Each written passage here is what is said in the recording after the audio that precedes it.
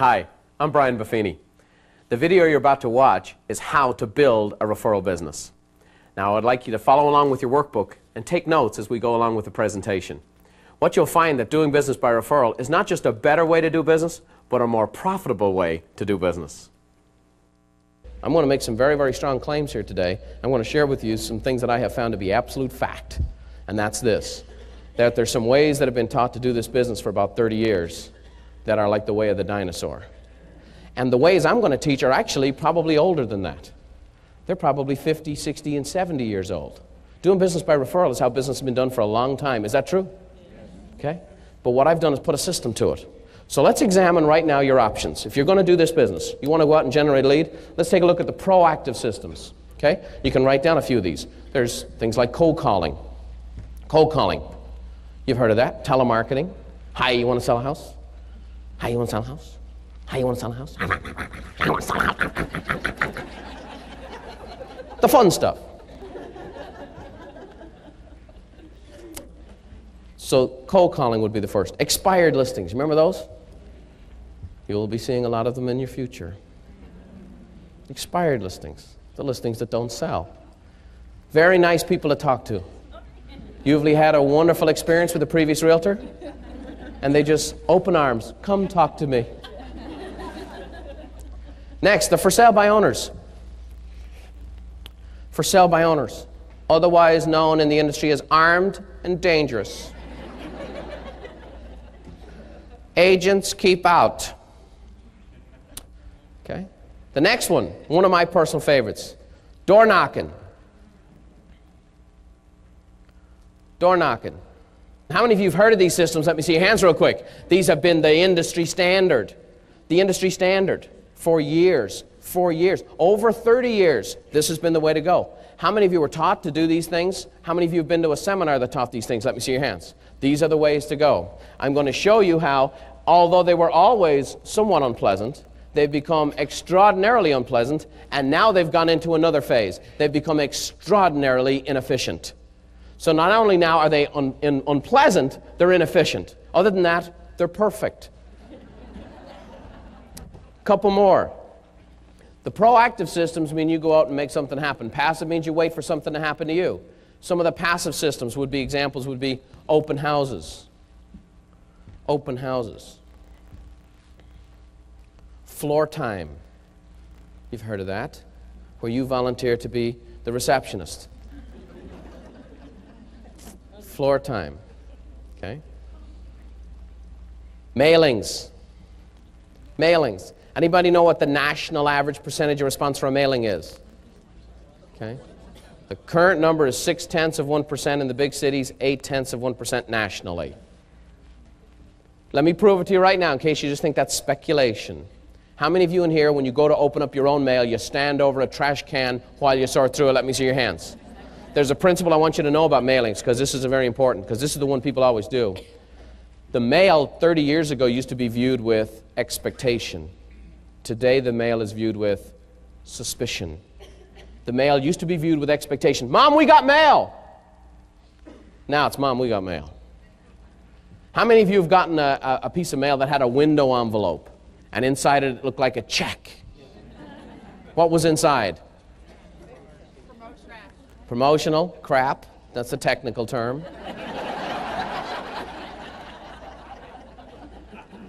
Maybe it was a solicitation from a credit card company. Have you guys seen these things? The mail used to be viewed with expectation. The Pony Express, the mail must get through. Today, we shoot the horse. Don't want to know. Don't talk to me. Overwhelmed, the mail is too much, bum. It's shifted. The next category in passive is advertising. Advertising. And I want to put another subcategory under advertising so everybody's real clear on this. Underneath advertising, write the internet. The internet is advertising. Is everybody clear on that, yes or no? Many people have gone out and gotten personal brochures over the years. The internet, for the most part, is an electronic personal brochure. Now, how many of you in here have a website? All right, good thing to have. How many of you have more than one? I'm seeing this all around the country. This is the way to go. Now, the internet can generate leads for you. Is that true, yes or no? just like advertising can, just like open houses can. What we're looking for is the most effective. We're also looking for the highest quality lead. And it doesn't often produce the highest quality lead because there's no trust yet between you and the person. And so we have to take a look at these systems, why we do it, and what's the purpose. Now, when you run an ad and it doesn't work, what do the advertising agencies normally tell you? You need a bigger ad, you need to run it longer, or make it larger. Okay? Now, let's say you cook a meal this evening. Your spouse comes home, they try it, and it sucks. That's not a stretch for some of you to imagine. What you need to do is go, honey, you don't understand. Take a bigger piece. Trust me, the more you take, the more it'll grow on you. If it sucks a little bit, it's going to suck a lot. Is that true? People do an ad, it doesn't work, let's run more. People do an internet page, it's not working, you need more. Okay? And then what I have to question you on is, what type of lead are you bringing in? On a scale of 1 to 10. 10 being the best, 1 being the weakest. Those type of leads, what are they? 1s and 2s. Okay? They're lower quality lead. You might have a special ability to be able to take an ad call and to be able to convert them into somebody who will meet with you and have an appointment. That's maybe a special skill you have. If you have that kind of skill, I would love to harness it and put it to work in a very effective area. So these are the passive mechanisms. They've been out there for a long time. Farming. You've heard of that? Okay? Many farms across the country are having consistent crop failure in the real estate world. Farming, because here's the thing, 30 years ago when people put something on your doorstep, you drop something off on somebody's doorstep, they called you up to thank you. Now what do? Okay? Don't be putting that garbage in my doorstep. Okay? Now it's happening over and over again. Here's why all of this is true. There's a sociological shift that has taken place in society today, and it is called cocooning. What cocooning means is that people are turning their homes back into their castles. People have a greater need for privacy today to protect themselves when they go home so that they're not constantly being marketed to. They want to have a way where they can just shut everything off. Okay? How many of you in here have America Online? Let me see your hands. Every single day you get connected to America Online, there's an offer to buy something. Is that true? And the second you get connected, what do you click? No thanks. Free gold. No thanks. Talk to the hand because the face not listening. Is that right? Because we're so inundated. They say the average American will be exposed to 150,000 ads this year. This year. Magazines, newspapers, radio, billboard, And what's happened is people are turning their homes back into their castles. Now this is nothing new. In medieval times the English did this and they built castles. What did the English do to protect themselves in their castles? They killed Irishmen, but after that they built a moat. Now, how did you get into the moat? Drawbridge. Who controls the drawbridge? The person on the inside. Now, I'm going to give you one more piece on this. The American family, the average American family has more than one moat. The average American family has at least 2. What would be an example of a moat? Answer machine. Caller ID. So let's say here's how it works. Mark calls me up, I look down, I recognize Mark's number, he's a friend of mine. And because I recognize his number, there's a relationship formed, entrance into my castle is effortless, the drawbridge goes down. Just like in ancient times, when you approached the castle, if they couldn't readily identify you as a friend, the drawbridge stayed up. Is that true? So you had to pound on the outside walls, like door knocking. Or pound on the outside walls, like telemarketing. Or you had to throw stuff over the walls, like mailings. You pound, you pound, you pound. But if you have a relationship with a person on the inside of the castle, entrance is effortless. Now let's say June here, she calls me up. And I look down at the number, I don't recognize the number. June is doing the Tuesday evening, late night, cold call, pizza party night at the office. Broker's all fired up. Let's do this, let's go get them. She calls my number. I look down, don't recognize the number. So the first moat is the caller ID. It then goes into the second moat, call the answering service. June will never get a return phone call. Is that true, yes or no? Is this reality, yes or no? I have a mechanism available to me today. The castles in America today even can go on the offensive. June calls me up. As I pick up the phone, she goes, hangs up. I hit star 64, it calls her back. Hey, Why are you calling me? I'm able to reverse cold call her. Is that true, yes or no? Boy, I'll tell you what, now you got to look at things. Here's the shift that's taken place. 25 years ago in America, people bought answer machines for what reason?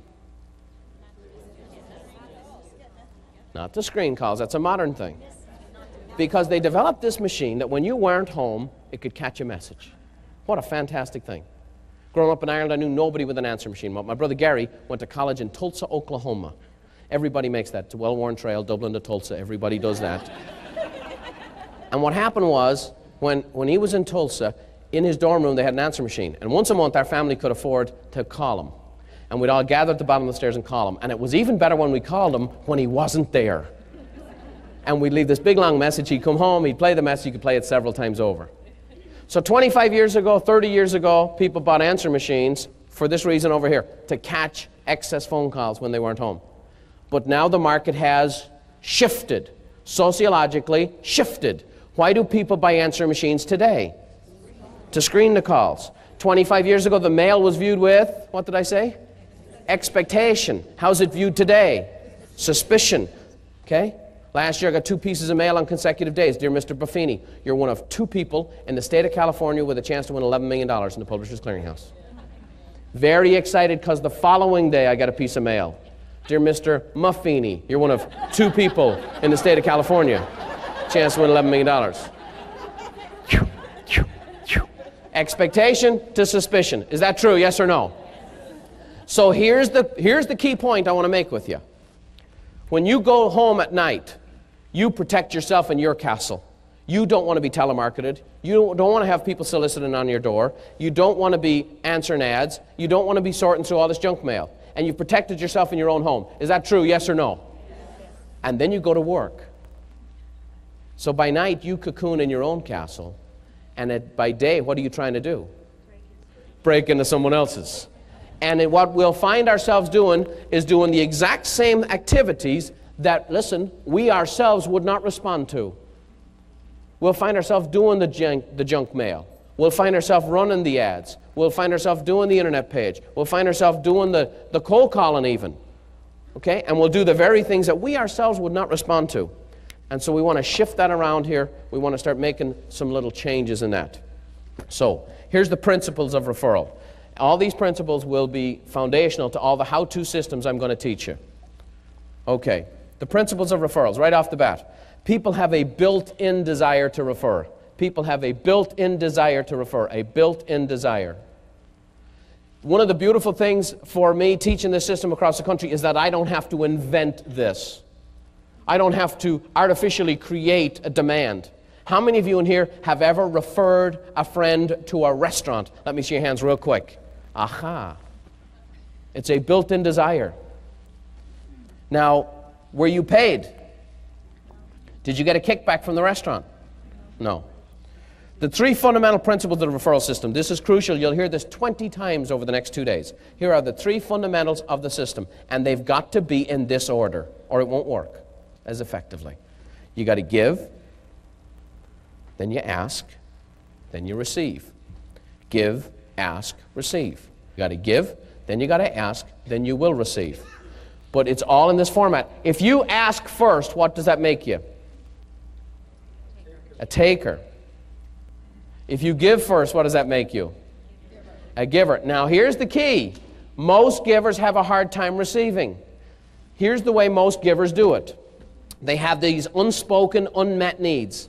Lee, I'm going to give to you, I'm going to give to you, and I'm going to give to you some more, I'm going to give to you some more. And secretly, in my heart, the whole time, I'm hoping at some point in time, you're going to give a little bit back. And I'm very disappointed when you don't. How many of you have felt that way? Let me see your hands. How many of you have felt like I'm just giving and giving and giving and giving, I'm turning into a doormat, I've just given, there's nothing left for me to give. How many of you have had that experience? Now, here's the thing. The giver's difficulty is 2 things. First of all, the giver has to open themselves up to receive. The next thing is the giver's got to learn to ask, and ask an appropriate way. Now, I asked my clients for referrals in such a way they enjoyed it. I'm going to teach you how to do that. They enjoyed it, but you must ask.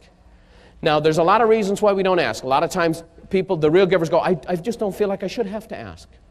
Here's the thing. If you're a real giver, You cannot project onto somebody else an expectation that they're a real giver too. They might be a moderate giver, you might be a super giver. Is this true, yes or no?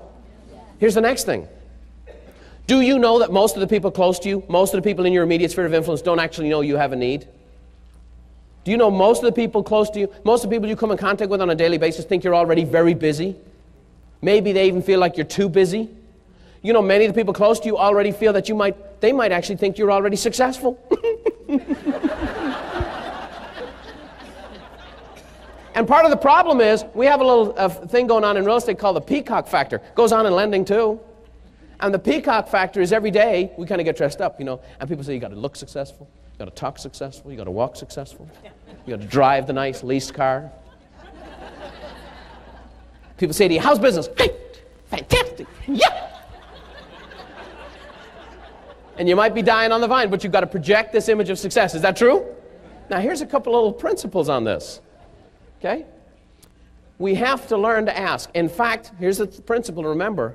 The most successful people ask. The most successful people ask. Most people have this wrong impression of success. They think the successful people don't ask. Don't have to ask. It just comes to them. No. That's what they call being unemployed. The most successful people ask, and they ask again and again and again, when appropriate. Okay? Althea Gibson said, nothing great or significant has ever taken place without somebody first getting help. Okay? You've got to allow, listen, you've got to allow yourself to be helped.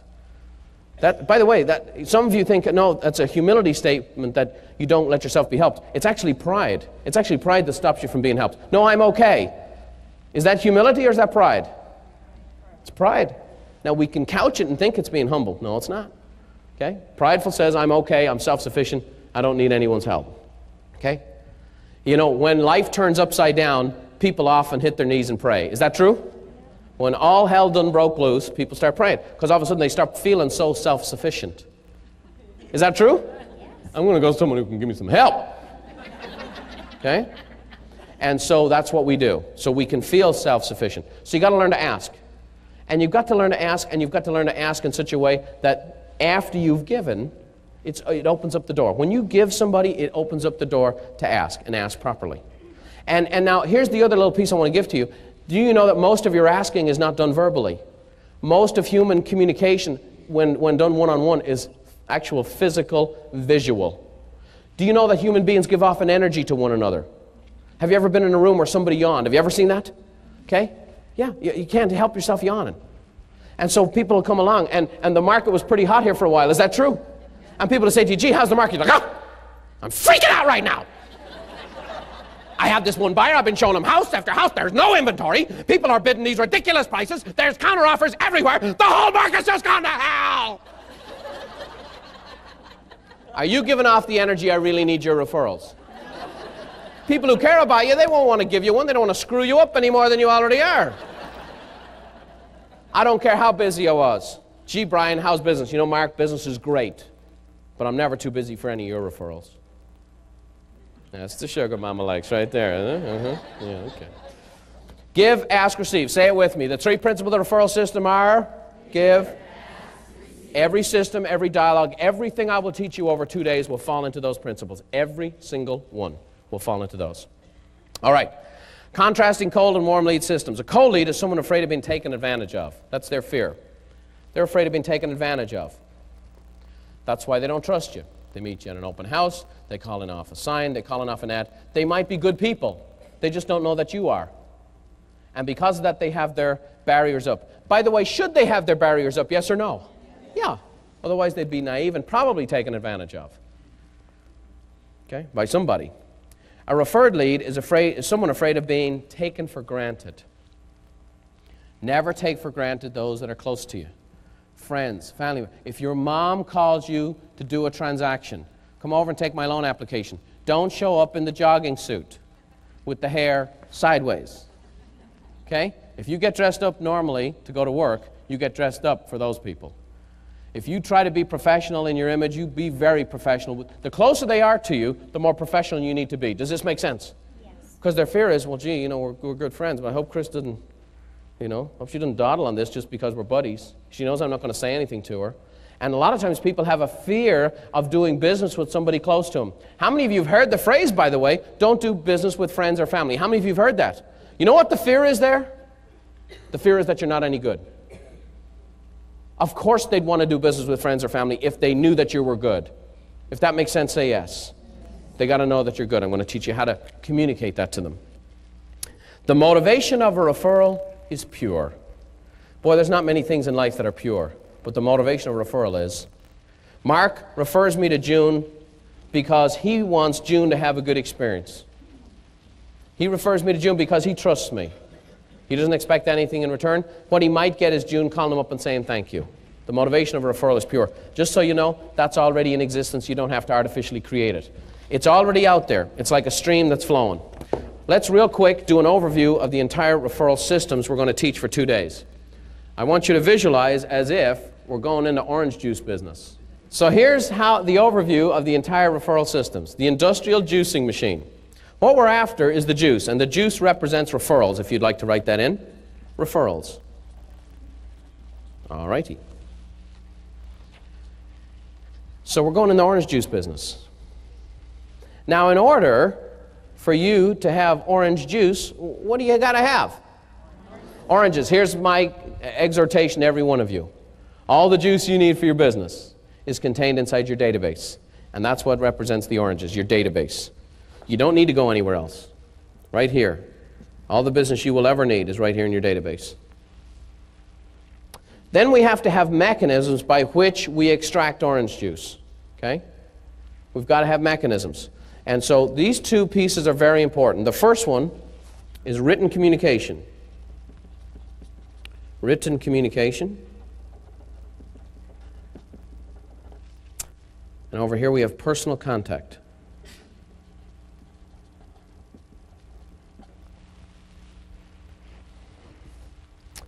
Written communication, personal contact. When those are applied to the database, it produces the orange juice. The clean glass. Imagine, picture this.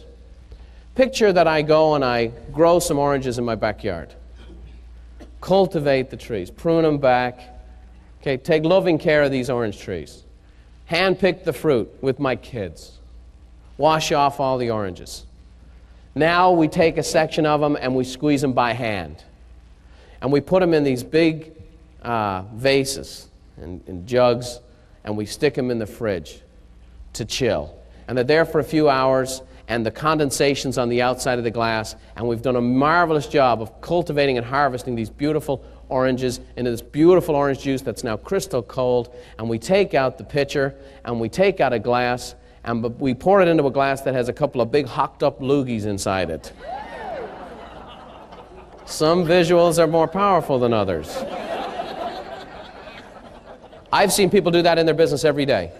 Every day I see people do this in their business. They work so hard, they generate the referral, they get the referral, and then here's what they do. They put it in a dirty glass. And so the glass represents exceptional customer service. Exceptional customer service.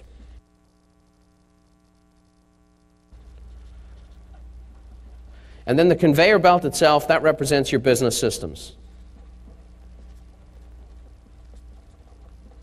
Your business systems. Your business systems. Here's how we're going to teach this class for the next couple days. We're going to spend time initially on your database. Then what's going to happen is we're going to talk about written communication systems. Then we're going to talk about personal contact to generate the referrals. Tomorrow we're going to get into exceptional customer service and business systems itself. Now I want to give you an example of what this looks like, okay?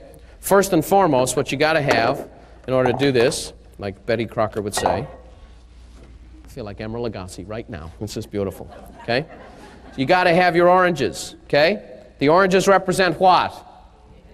The database, okay? Now the juicer, what this is going to represent is the written communication, okay?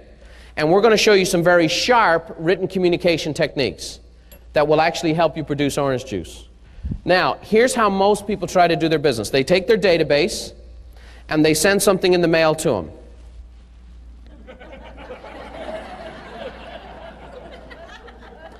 Sometimes they send a lot of things in the mail. What are we missing? We're missing the personal contact. Look what happens when you have personal contact with the database. It makes the systems more efficient, more powerful. I want to give you a number to write down. Next to personal contact, I want you to put 7 times. 7 times. Up to 7 times more effective. Now you need both. You need both. The systems I'm going to show you are very sharp. I'm going to show you how to do this. Now, for years, how has this business been taught? Here's how it was. That each transaction was individual and separate. Find them, fleece them, forget them. Get in, get out, get gone. Make a deal, make a sale, close the sale, and then go out and prospect, prospect, prospect, prospect, prospect. Is that true? You take the database, you work the database, and then you leave them alone. This is how it's been taught. This is called the splash zone, just so you know. And what you do is you take the database and you whack it one time, and whatever you got that one time is what you got. Does that make sense, yes or no? What I'm going to teach you is how to cultivate. I'm going to teach you how to cultivate your database. I'm going to teach you how this database will actually produce orange after orange after orange after orange itself, season after season after season. It's called reaping and sowing. And so we're going to sow these. And we're going to show you even the types of oranges we're going to show. We're going to be very particular in the types of oranges we choose to sow. Very important indeed. So that's kind of the overview right there. Well, as you can see, the referral systems I'm talking about are very much a common sense approach to this business. Now, what we have to do is understand that we're going to be going against the grain of how the industry is taught to do this business for a long time. Once you accept that, no problem. Columbus didn't accept the fact that the world was flat. So, the next series of videos are very important for you to watch. The next one in this series is how to build a profitable database.